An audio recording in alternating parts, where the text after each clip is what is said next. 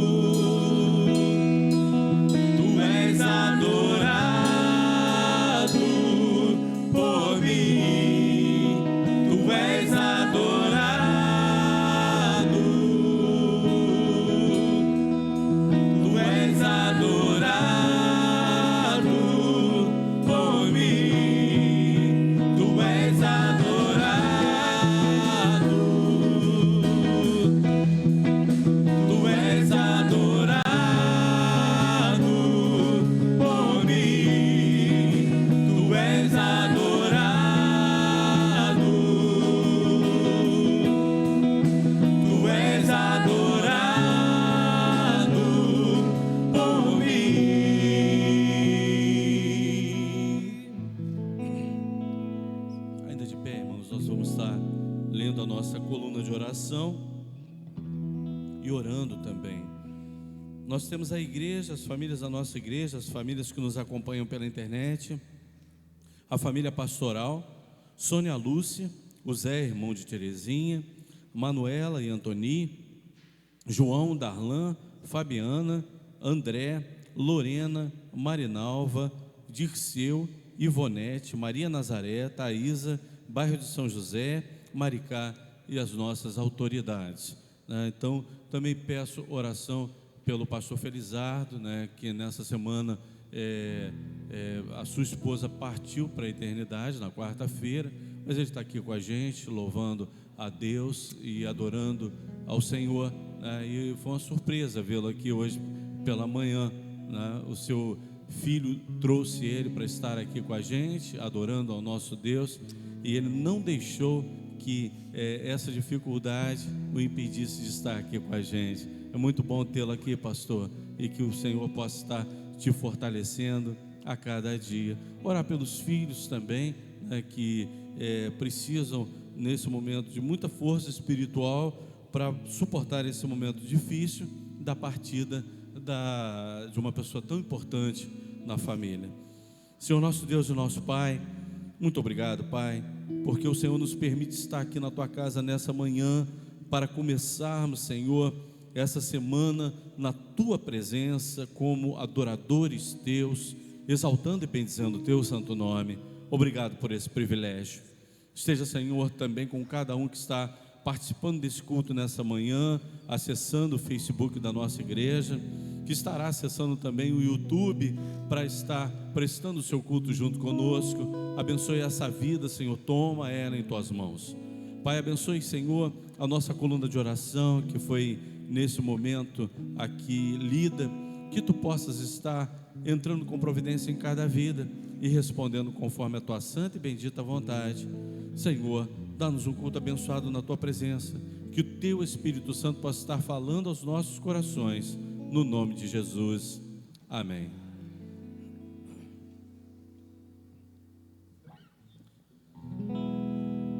Aqueles irmãos que tiverem seus dízimos e suas ofertas, nós vamos estar fazendo desse momento um momento de ofertório também. Eu te louvarei, meu bom Jesus, que nós possamos estar nesse momento cantando com toda a intensidade, dizendo, né, da bondade do nosso Deus, e que Ele é a única razão de nós vivermos e também de existirmos, né, aqui e na eternidade. Então Ele é a razão da nossa adoração.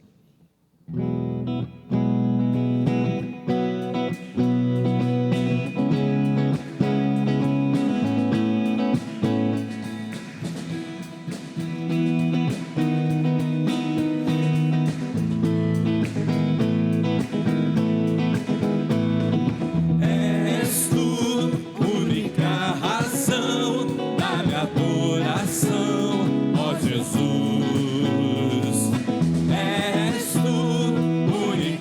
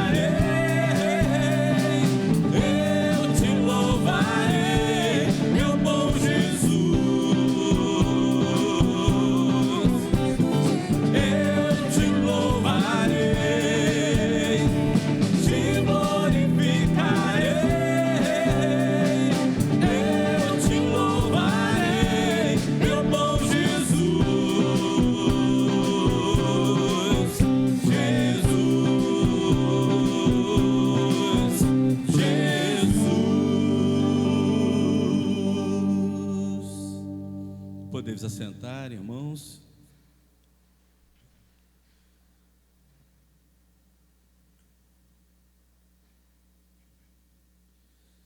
Nós vamos estar lendo no livro de Atos, capítulo 27, versículos de 13 a 26, na Almeida Corrigida e Fiel, que é a tradução que nós vamos estar lendo, uma história do apóstolo Paulo. Ele estava num navio, esse navio estava levando ele para a primeira prisão de Paulo, que foi em Roma. E nos é contada a história no livro de Atos por Lucas, né, que narra essa história que Paulo enfrenta no meio ao mar, e junto com outras pessoas também que estavam ali, tanto presos quanto pessoas que participavam daquele navio, que estavam ali como tripulantes daquele navio. E tem algo interessante aqui para nós refletirmos na nossa vida. E o tema da nossa mensagem é: nos momentos difíceis da vida. Ali era uma viagem. Muitas vezes a gente vê pessoas falando da vida como se fosse uma viagem, né? Por exemplo, a gente vê a história do peregrino, contada no livro O Peregrino, de uma viagem daquele peregrino pelo mundo, e a viagem é a sua própria vida. Homero, por exemplo, nas Ilíadas, ele conta também que a vida era uma viagem. Vários escritores colocam a vida dessa forma, como uma metáfora, né? Uma viagem, a nossa vida. E Paulo aqui enfrentava uma viagem indo para Roma e para enfrentar a sua primeira prisão. E soprando o sul brandamente, lhes pareceu terem já o que desejavam, e fazendo-se de vela, foram de muito perto costeando Creta, mas não muito depois deu nela um pé de vento chamado Euroaquilão, e sendo o navio arrebatado e não podendo navegar contra o vento, dando de mão a tudo, nos deixamos ir à toa, e correndo abaixo de uma pequena ilha chamada Clauda, apenas pudemos ganhar o batel. E levado este para cima, usaram de todos os meios, cingindo o navio, e temendo darem à costa de Sirte, amainados as velas, assim foram à toa. E andando nós agitados por uma veemente tempestade, no dia seguinte aliviaram o navio, e ao terceiro dia, nós mesmos com as nossas próprias mãos lançamos ao mar a armação do navio. E não aparecendo, havia já muitos dias nem sol, nem estrelas, e caindo sobre nós uma não pequena tempestade, fugiu-nos toda a esperança de nos salvarmos. E havendo já muito que não se comia, então Paulo, pondo-se em pé no meio deles, disse: fora na verdade razoável, ó senhores, ter me dado ouvido a mim e não partir de Creta, e assim evitariam este incômodo e esta perda. Mas agora vos admoesto em que tenhais bom ânimo, porque não se perderá a vida de nenhum de nós, mas somente o navio. Porque é nessa mesma noite o anjo de Deus, de quem eu sou e a quem sirvo, esteve comigo dizendo: Paulo, não temas, importa que sejas apresentado a César, e eis que Deus te deu todos quanto navegam no navio. Portanto, ó senhores, tende bom ânimo, porque creio em Deus, que há de acontecer assim como assim me foi dito, e contudo necessário irmos dar numa ilha. Senhor, muito obrigado, Senhor, pela Tua palavra lida. Ajuda-nos a aplicar em nossos corações. Usa o Teu servo, no nome de Jesus. Amém. Irmãos, para que nós entendamos aqui aonde nós estamos na história do livro de Atos, contada por Lucas, como eu falei, Paulo, ele chega a Jerusalém. Em Jerusalém ele é preso, tá? E ele é preso pelos soldados romanos, porque ficaram com medo pela vida de Paulo, porque as pessoas queriam apedrejar Paulo, queriam matar Paulo, e ali poderia começar uma rebelião, e eles vão, pegam a Paulo, prendem em uma fortaleza em Jerusalém, onde os soldados vigiavam. Mas havia uma trama para matar Paulo, e aí aquele centurião, sabendo que poderia acontecer isso, pega ele e leva ele para Cesareia. Chegando em Cesareia, Paulo, ele fica lá preso, e Festo leva ele para lá e ouve, né, as acusações a respeito dele. Festo vê que não há nenhuma acusação que seja necessária a prisão de Paulo. E aí vem o rei Agripa também e vai a Cesareia, visitar a Cesareia. Quando chega ali, sabe que Paulo está ali. E Agripa, conhecendo quem era Paulo, ouvindo falar de Paulo, ele pede para ouvir a Paulo também. E Paulo tem a oportunidade de pregar a um rei. E isso também no seu chamado, quando Paulo ele recebe o chamado do Senhor, uma das coisas é, olha, você vai falar a reis. E ele falou a um desses reis, e esse rei era Agripa. E ele prega a palavra de Deus a Agripa, e aí vem aquela frase de Agripa: olha, por um pouco você não me persuades a ser um cristão, tá?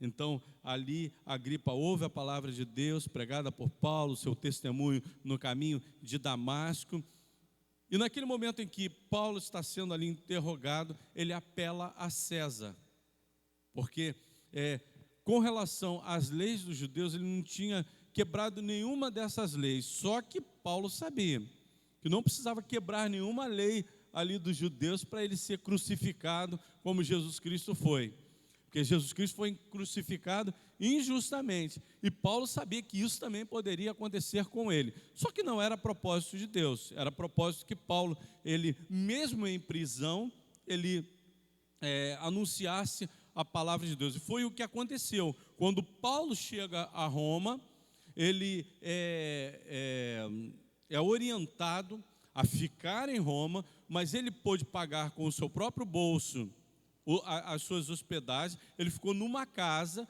vigiado por soldados, mas ali ele podia receber as pessoas, pregar a palavra de Deus, aqueles que estavam também à sua volta, e aos próprios soldados. Porque quando ele estava pregando, as pessoas que iriam visitar ele, os soldados ouviam a mensagem do Evangelho. E muitos começaram a se converter, e diz, né, a palavra de Deus que os da casa de César estavam se convertendo. O que significa isso? Os soldados estavam se convertendo. E aqueles que se tornavam crentes começavam a pregar o Evangelho ali também aos outros soldados, e assim a soldadesca toda estava sendo convertida pela palavra de Deus. E Paulo, ele pega esse navio, e quando ele entra no barco, ele, orientado pelo Espírito Santo de Deus, chega ao centurião e fala: olha, não vamos sair daqui. Tanto que depois ele fala isso: se vocês tivessem me dado ouvido, nós não teríamos esse incômodo, no texto que a gente leu. Ele chega ao centurião e fala: olha, não vamos não, porque nós corremos risco de vida. Aí o centurião, diz o texto, narrado um pouco anteriormente, no capítulo 27 também, que ele preferiu dar ouvidos ao capitão do navio do que dar ouvidos a Paulo. Por isso que ele faz esse comentário. Então eles passaram por aquilo tudo ali, por quê? Porque não ouviram a orientação de Paulo, que já havia sido orientado espiritualmente a respeito daquela viagem, tá? E aí Paulo, ele segue junto com aquele navio. Como é que era o trajeto naquela época? Os irmãos podem ver aqui que o navio ia costeando ali o litoral. Por quê? Hoje em dia a gente vê navios, grandes navios, que atravessam oceanos, e oceanos violentos, né? E não acontece nada com aquela embarcação. Tem outros também que são grandes navios, que não suportam também grandes tempestades em alto mar. A verdade é essa. Imagina naquele tempo, como era difícil para os navios suportarem uma tempestade. Se houvesse a iminência de alguma nuvem se aproximando, de algum vento que fosse contrário, o que a embarcação fazia? Ela já aportava e já ficava em terra seca, porque era mais apropriado não enfrentar as intempéries do mar, que as embarcações não tinham nenhuma condição de enfrentar uma tempestade em alto mar. Mas não teve jeito. O centurião resolveu obedecer o capitão e pegaram o mar. E aí vem um vento, e aí vem a tempestade, e aí eles começam a enfrentar problemas. E quando nós estamos enfrentando problemas, a primeira coisa que eu queria usar como reflexão, no primeiro ponto que nós vamos refletir tenha uma palavra de vida. Tenha uma palavra de vida. Fale sobre aquilo que é bom. Não fale coisas que são que vai deixar aquela pessoa ainda mais desesperançosa. Nós temos a palavra de vida, não é verdade? Nós temos uma palavra de esperança. Nós temos que nos apegar à esperança que está em Deus. Naquele momento ali em que a esperança já tinha se acabado, o texto diz isso, né? A esperança já tinha acabado. Paulo, ele assume mais uma vez a posição daquele que fala e que orienta e diz o quê? Olha, fiquem tranquilos. Deus falou que nós não vamos perecer. Nós vamos perder tudo, nós vamos perder no navio, mas nós não vamos perecer. Nós temos que ter uma palavra de vida. Mas, olha, eu já vi muitos crentes, muitas pessoas que professam a fé em Jesus Cristo, serem pessoas desesperançosas. A gente precisa sempre ter uma palavra de esperança, porque a nossa esperança está no Senhor. Tá? É claro que a gente não pode colocar nos nossos lábios aquilo que Deus não fala. Eu já até comentei isso uma vez aqui na igreja, que um pastor que estava orientando uma família no hospital, estava cuidando daquela família e trazendo palavras de conforto a um rapaz que tinha sofrido um acidente e tinha quebrado vários ossos do corpo. Ele estava muito mal no hospital e aquele pastor estava cuidando da família, orientando e não colocando para aquela família o seguinte: olha, Deus vai curar, Ele falou isso para mim, né? Em nenhum momento ele profetizou o que iria acontecer ali, se positivo ou negativo, daquilo que Deus havia dito àquele homem, porque, na verdade, a gente não pode dizer o que vai acontecer ou não, isso está na mão de Deus. Nós que somos crentes em Cristo Jesus, estamos debaixo da vontade de Deus, ela é a soberana, e nós temos que estar preparados para essa vontade. Sempre pregamos isso, né? E a nossa esperança é na vontade de Deus. Se na vontade dEle, Ele quiser também não curar, não fazer, não responder aquilo que é o nosso desejo, nós vamos aceitar a vontade de Deus de bom grado. Nós temos que entender isso, né? Ser submissos a essa vontade de Deus, que é sempre soberana. E aquele pastor estava cuidando daquela família, só que num dia anterior ele não foi, e foi um outro pastor, que se dizia pastor, melhor dizendo, que não deve fazer isso, os pastores.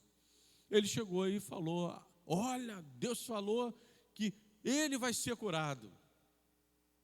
Ele vai ser curado, ele vai passar por dificuldades, mas ele vai ser curado. E depois dele dar essa palavra infeliz, o que aconteceu? No dia seguinte, aquele rapaz não resistiu e faleceu. A família estava o quê? Revoltada. A família estava inconformada. E aí, quando chega o pastor, que estava agindo de maneira correta, a família veio cobrar aquele pastor. como é que está? E agora? Falou-se que ele iria ser curado. E o pastor sem entender nada, porque ele em nenhum momento falou aquilo ali para aquela família. Aí outra pessoa veio e falou, não, foi um outro que falou que ia acontecer isso, isso e isso.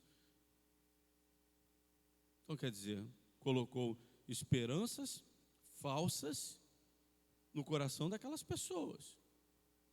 Mas Paulo não, Paulo foi orientado pelo Espírito Santo de Deus a falar aquilo que o Espírito Santo falou ao seu coração, e era verdade, e se cumpriu. Agora, quando a palavra não se cumpra, não dê mais ouvidos a esses profetas que se dizem profetas de Deus, que falam daquilo que vai no seu próprio coração. No Antigo Testamento, a Bíblia já condenava isso. Não vá atrás dos profetas que dizem, sonhei, sonhei. Tá? Porque muitas pessoas estão nesses dias sonhando, sonhando, profetizando, profetizando, mas não da parte de Deus. Mas nós, quando olhamos para a Bíblia, quando nós ouvimos a palavra de Deus, nós encontramos palavra de vida, mesmo que essa palavra muitas vezes se choque com a nossa própria vontade, mas vai trazer esperança ao nosso coração. Tá? Dentro dessa esperança que Paulo traz uma palavra que traz conforto a todas essas pessoas. Nós temos que ser essas pessoas que trazem palavras de conforto, palavras boas, não palavras que ajudem a pessoa a ficar derrotada, jogar ela para baixo, mas sim trazer ânimo àqueles que estão caídos, àqueles que estão desanimados. Nós temos que ser assim. A palavra de Deus nos orienta dessa forma. Paulo era uma pessoa que trazia esperança. Nós, como crentes em Cristo Jesus, temos que trazer esperança, porque a nossa esperança está no Senhor. Em segundo lugar, o que nós aprendemos aqui é que nós precisamos ter a certeza de fé. Olha, tem muitas coisas que vão de encontro à nossa fé. Muitas coisas que podem atrapalhar a certeza de fé em nossos corações. E uma das coisas é o medo. Se o medo ele começar a prevalecer, a nossa fé ela pode ser prejudicada. A verdade é essa. Tá? E a gente vive num mundo onde o medo é algo muito presente em nossa vida. Não é verdade? A gente que, por exemplo, quando eu venho para a igreja, eu venho com medo do trânsito. Porque volta e meia eu vejo uma batida muito feia nas estradas. Então, a gente fica preocupado. Mas no momento em que eu pego o carro para vir para a igreja, ou pego o carro para fazer qualquer atividade minha, para ir para o trabalho, para me divertir, qualquer lugar que eu vá, irmãos, eu tenho fé que o Senhor está comigo ali, naquele momento da viagem, naquele momento em que eu estou na estrada. Nosso bairro está muito perigoso. Mas eu não vou nem mais à igreja em tal horário assim, porque está muito perigoso. Mas será que a gente coloca só para ir para a igreja o perigo? Não. Não é assim que funciona, não. Porque quando temos os nossos divertimentos, nós vamos e não temos medo do que vai acontecer. E às vezes nós vamos muito mais bem arrumados. A gente chama muito mais atenção. Tá? Que é um dia de festa. Eu vou na festa de fulano de tal, que lá vai ser muito bom. E aí você bota a sua melhor roupa. Aí você não tem cuidado nem com o seu celular. Você vai com o seu celular na mão mesmo. Aí que você chama atenção mesmo. Você bota aqueles cabelão de Gigi, né? A pessoa que eu não esquecer, né? Bota aquele cabelo arrumado de Gigi, né? e vai mesmo, aí você chama a atenção. Gigi, quando vai sair para esses lugares assim, ela faz assim com a mecha dela, assim, dá para chamar a atenção, né, Gigi? Eu te conheço. E aí que você chama mais atenção ainda, aí você não tem medo, não é verdade? Mas para ir na igreja, às vezes você, não vou não, porque eu tenho medo, porque o bairro está muito perigoso. Irmãos, certa vez isso aconteceu com a gente. Eu pastoreava a Igreja Batista em Arrastão, e ali foi uma dessas facções, acho que era uma das mais brabas que tinha, foi comandar aquela região ali. E o bairro tinha morte, tinha não sei o que e tal, e a gente tinha um culto todo quarto domingo ali na praça. E as pessoas estavam com medo de sair, andar ali naquela região. E alguns colegas meus perguntavam assim para mim: você não tem medo de entrar ali não? Eu falei: que história é essa, rapaz? Medo. Medo de ir lá fazer a obra do Senhor? Medo de estar na rua trabalhando na obra do Senhor? Não, entra ali a qualquer hora. Irmãos, eu ficava ali muitas vezes, eu ia na casa de algum irmão, fazer uma visita, o irmão ficava: ô pastor, fica mais um pouquinho, está cedo. O pessoal era meio morcegão mesmo, né? Gostava que a gente ficasse até tarde mesmo. Às vezes eu saía de lá meia-noite. Estava nem aí. Se tivesse acontecido alguma coisa, ia acontecer. Imagina, irmãos, a obra missionária. Se houvesse medo na obra missionária, os missionários iam sair daqui para ir para um país muçulmano, onde as pessoas são degoladas lá com faca cega. Não é degolada só degolar, cortar o pescoço, não, é degolar a ponto de cortar até a cabeça. Eles saem daqui para ir para o campo missionário, para esses países, onde tem guerra na África, entre tribos e tribos lá. Eles saem daqui, vão para lá, levam as suas famílias. Saem daqui para o interior do país, onde tem febre amarela, tifo, uma série de doenças que ainda existem nessas regiões, e ficam lá com suas famílias, independente se vai pegar ou não essas doenças. Se eles fossem tomados pelo medo, não iam fazer a obra missionária.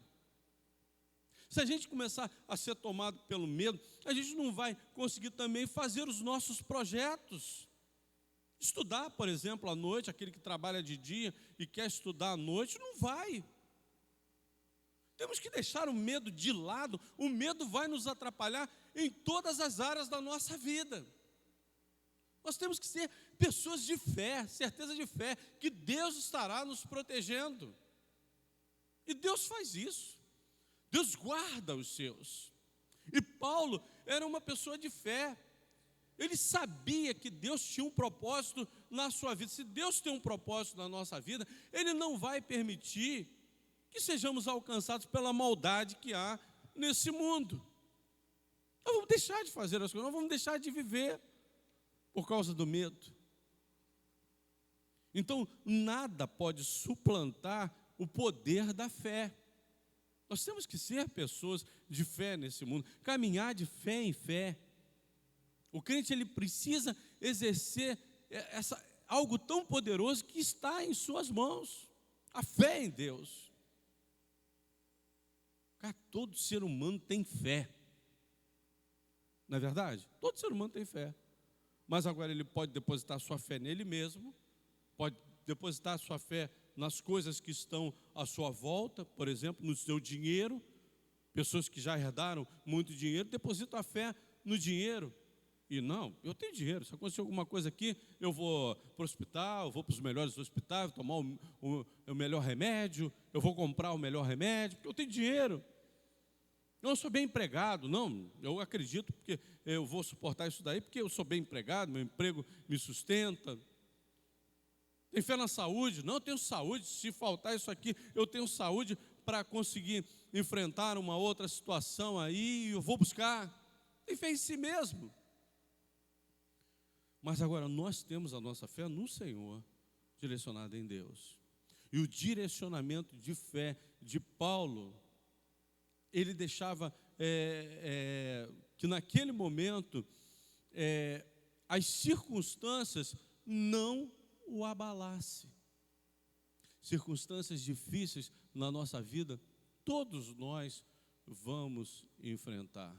O pastor Felizardo está enfrentando uma situação difícil na sua vida, mas ele tem fé em Deus. Ele deposita a sua fé em Deus. Ele está fortalecido nessa fé. Eu me lembro quando um irmãozinho, nessa época, era irmão da igreja, e ele, saindo da igreja, naquele dia ele pregou na igreja, ele ficou responsável pelo culto. Eu tinha ido pregar em uma outra igreja, aniversário de uma igreja, e deixei ali o pessoal responsável pelo culto, e um deles era o pastor Marcos, que foi pastor em Dom Felipe, e agora é pastor, eu acho que da segunda igreja batista de Rio do Ouro. Ele saindo da igreja, junto com sua família, e o seu filho, o filho mais novo, ele sofreu um atropelamento na estrada e faleceu. Foi duro demais para toda a igreja, para todos os amigos, para nós, para mim que era pastor daquela criança também, da família. E num dos cultos nos lares que a gente fazia lá também, ele, na hora do culto, ele falou assim: eu quero agradecer as bênçãos recebidas. Foi esse o pedido dele na hora do momento da oração. Gente, aquilo dali foi imbuído de tanto poder, aquela palavra ali: eu quero agradecer as bênçãos recebidas. Qual era a bênção daquela família naquele momento? Era a partida de um ente querido. Mas aquele homem cheio de fé, ele agradeceu a Deus aquele momento que ele estava vivendo. E a Bíblia diz que nós devemos fazer o quê? Em tudo, dar graças, agradecer. Será que a gente desenvolve uma fé tal? Ou será que a gente pragueja? Será que a gente reclama quando vem os momentos difíceis? Mas a fé consegue fazer algo independente das circunstâncias.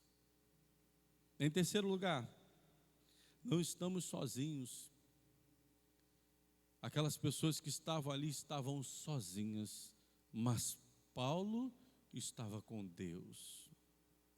Em nenhum momento da nossa vida ficaremos desamparados. Minha família não está comigo, mas Deus nunca te desamparará. Nunca. Jamais Jesus Cristo estará longe de nós. Eu sempre, quando falo dessa questão da proximidade de Deus, Deus, Ele não está longe, Ele sempre está perto. Essa é uma característica do crente, porque Jesus Cristo, Ele é chamado de Emanuel. Qual o significado de Emanuel? Deus conosco. Onde está Deus? Deus está aqui, com você. Deus está em você. Deus está do seu lado. Deus está à tua volta. Nós estamos vivendo em Deus. Paulo, ele diz na sua teologia: é nele que nós nos movemos, é nele que nós existimos. Ele está perto, ele não está longe. Ele é um Deus de perto. E nos momentos mais difíceis, o que acontece nos momentos mais difíceis com um amigo? Ele se aproxima ainda mais de você, não é verdade? O amigo que sabe que você está precisando está cada vez mais perto de você nas circunstâncias mais difíceis. E Deus é assim, Deus não é diferente. Daquilo que nós podemos esperar de um amigo, Deus vai fazer muito mais. Ele é o melhor amigo que nós temos. Então, Paulo, naquele momento de circunstância tão difícil, eu posso imaginar todos aqueles que estavam ali pensando assim: eu tenho fulano, eu tenho cicrano, eu tenho um marinheiro tal, eu tenho meu colega aqui de prisão, porque haviam vários presos ali também junto com Paulo, mas eu estou sozinho. Nós estamos sozinhos. Aí Paulo levanta a sua voz e diz assim: olha, o Deus a quem eu sirvo, a quem eu sou servo, esse Deus falou comigo, Ele estava comigo hoje, nessa madrugada, onde Paulo jejuou durante muito tempo, e orando a Deus ali por todas aquelas pessoas. Paulo não estava preocupado com o navio, Paulo estava preocupado com as vidas, e sabia que Deus estava presente ali com ele, e ele não estava sozinho. Em quarto lugar, temos aonde lançar as âncoras. Chegou um certo ponto que o navio começou a lançar âncora. Eles lançaram 4 âncoras e não foi suficiente. O navio ficou à deriva. O navio foi levado ainda para mais longe. Aí eles perderam o sol, a lua, as estrelas, não viram mais nada. Eles estavam à toa, como diz aqui a tradução, né? Nós ficamos à toa. Nós fomos levados à deriva. Mas nós temos uma segurança em todas as circunstâncias, em todos os momentos difíceis da nossa vida, nós estamos seguros no Senhor. Eu estou perdido, eu estou desnorteado.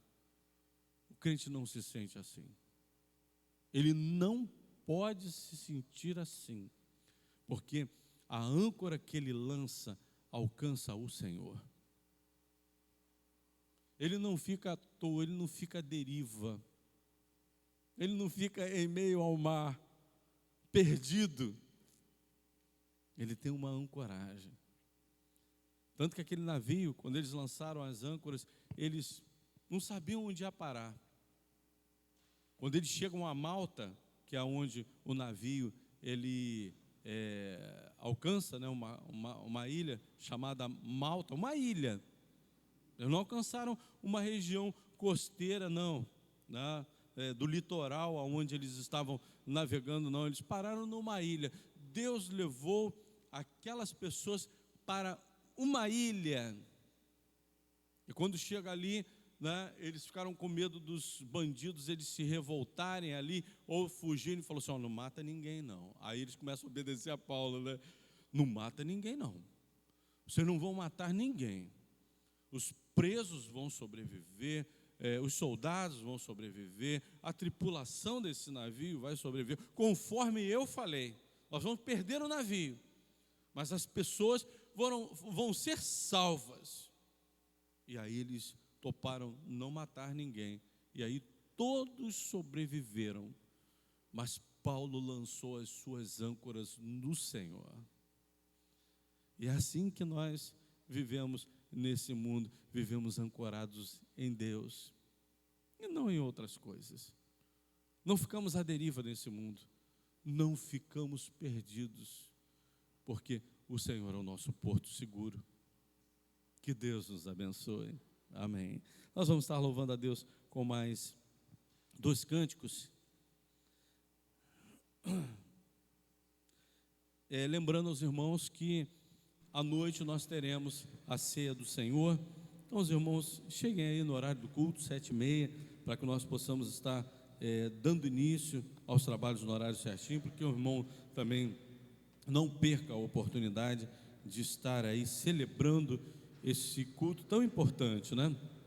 Todos os cultos são importantes, mas a ceia do Senhor tem um elemento especial, né? Porque nós lembramos a morte do nosso Senhor Jesus Cristo. A ceia, ela vem também tomada de muitos outros anúncios, proclamações, e hoje nós vamos estar falando a respeito disso também, a igreja, e reconhecendo ali esse mandamento do Senhor, que é uma das ordenanças, melhor dizendo, que é a ceia do Senhor. E a igreja que já é batizada, a igreja que já é consagrada ao Senhor, precisa estar exercendo essa ordenança. E hoje nós vamos estar realizando esse culto tão importante.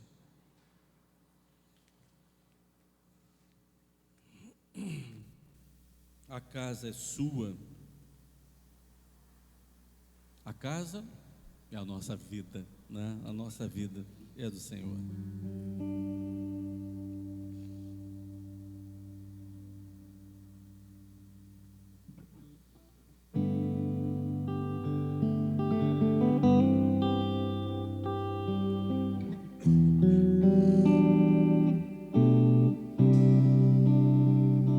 Você é bem-vindo aqui, a casa é sua, pode entrar, mês vazio de mim, mês vazio de mim.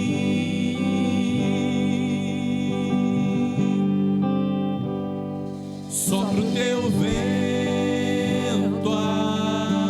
aqui, toma o teu trono, vem reinar, nós queremos ouvir,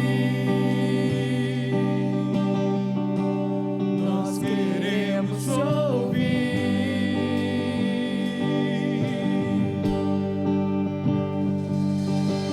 Essa casa é sua casa, nós deixamos ela pra você, Jesus. Essa casa é sua casa, nós deixamos ela pra você, Jesus. Essa casa é sua casa, nós deixamos ela pra você, Jesus. Essa casa é sua casa, nós deixamos ela pra você, Jesus. Apareça e o teu nome cresça, enche esse lugar, enche esse lugar.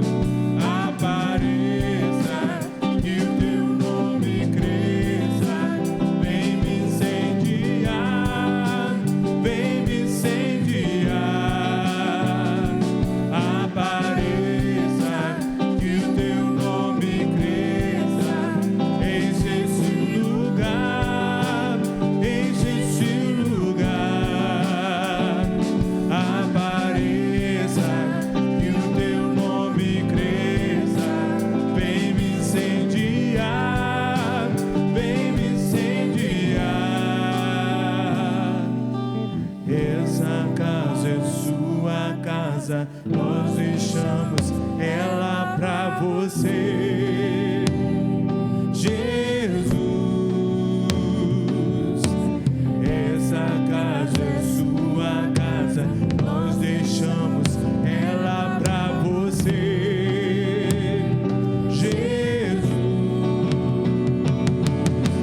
Essa casa é sua casa, nós deixamos ela pra você,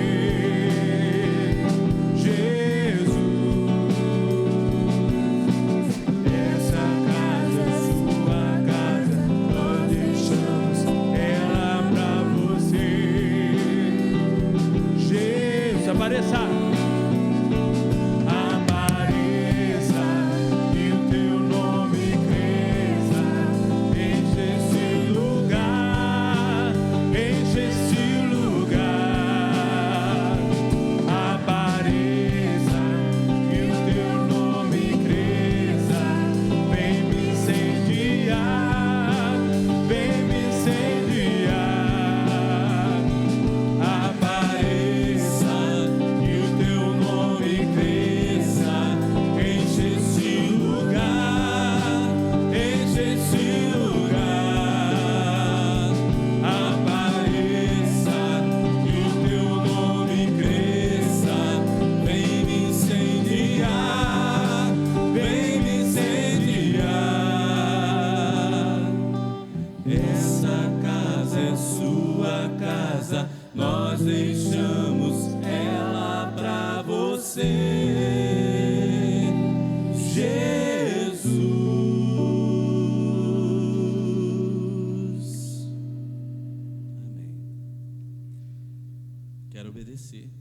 Obedecer a Deus é ter a certeza que tudo vai dar certo, amém? Tá? Quando nós somos obedientes, nós sabemos que aquilo que Ele manda é o melhor para a nossa vida. Nós possamos ser obedientes ao nosso Deus.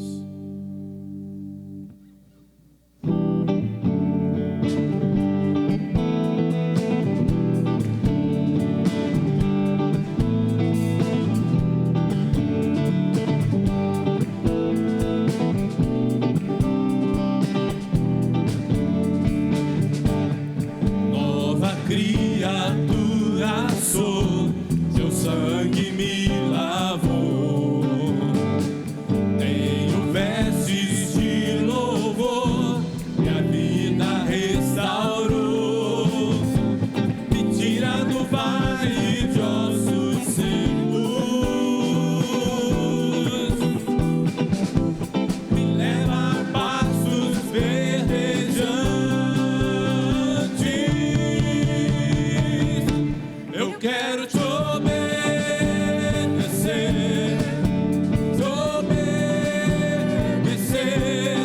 teus mandamentos são mais doces do que o mel. Eu quero te obedecer, tua palavra me leva à tua vontade.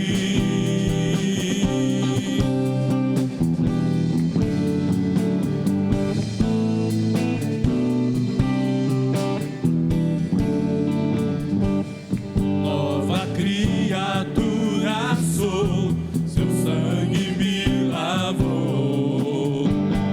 Tenho vestes de louvor, minha vida restaurou. Me tira do vale de ossos secos, me leva a pastos verdejantes. Eu quero te obedecer,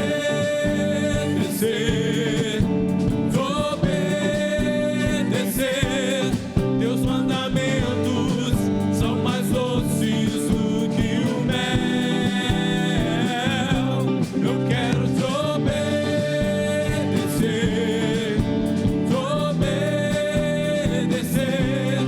tua palavra me leva à tua vontade.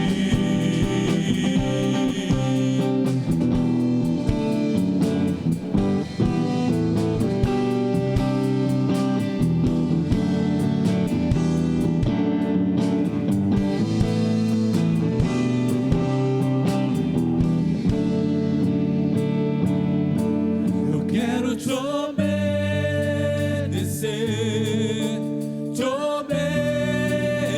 obedecer, teus mandamentos são mais doces do que o mel. Eu quero te obedecer, tua palavra me leva à tua vontade. Tua palavra me leva à tua vontade. Tua palavra me leva à tua vontade. Me leva. Tua palavra me leva à tua vontade. Me leva. Tua palavra me leva à tua vontade.